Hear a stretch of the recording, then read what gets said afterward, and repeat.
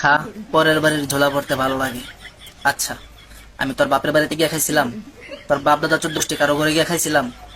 তুই যে আমাকে বললি খা, পরের বাড়ির ঝোলা পড়তে ভালো লাগে। এখন তোর জ্বালাপোড়াটা কোন জায়গায় আমি বলি?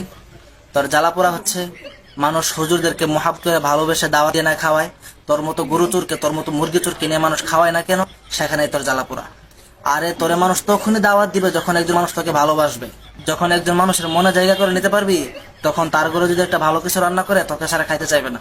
এখন তুই তো করস গরু চুরি, মুরগি চুরি, তোর জ্বালা গ্রামের একটা মুরগি বাঁচতে পারে না, তোর জ্বালা একটা গরু মানুষ শান্তিতে পালতে পারে না, তো তোরে মানুষ কোন দুঃখে দাওয়াত দিবে বল? গরু চুরি ছেড়ে দে, মানুষ তোকে দাওয়াত দিবে। আচ্ছা, কোন হুজুর কি কারো বাড়িতে জোর করে গিয়ে কখনো খানা খাইছে? মানুষ ভালোবাসে, মহাব্বত করে বিদায় তাদেরকে দাওয়াত দেয়, তারা গিয়ে সারা মানুষের ঘরে খায়। এখন তোরে তো দাওয়াত দিবে না জীবনও। আর তোর মতো গরু চুর, গাঞ্জা খুর, ফিনসিডিল খুরের যদি মানুষ দাওয়াত দিয়ে না খাওয়ায়, গোটা ধ্বংস হয়ে যাইব। এর লিগে তোর মতো গাধারে, তোর মতো গরু চুররে, তোর মতো মুরগি চুরের মানুষ দাওয়াত দেয় না। জ্বালা পোড়া বন্ধ করিস।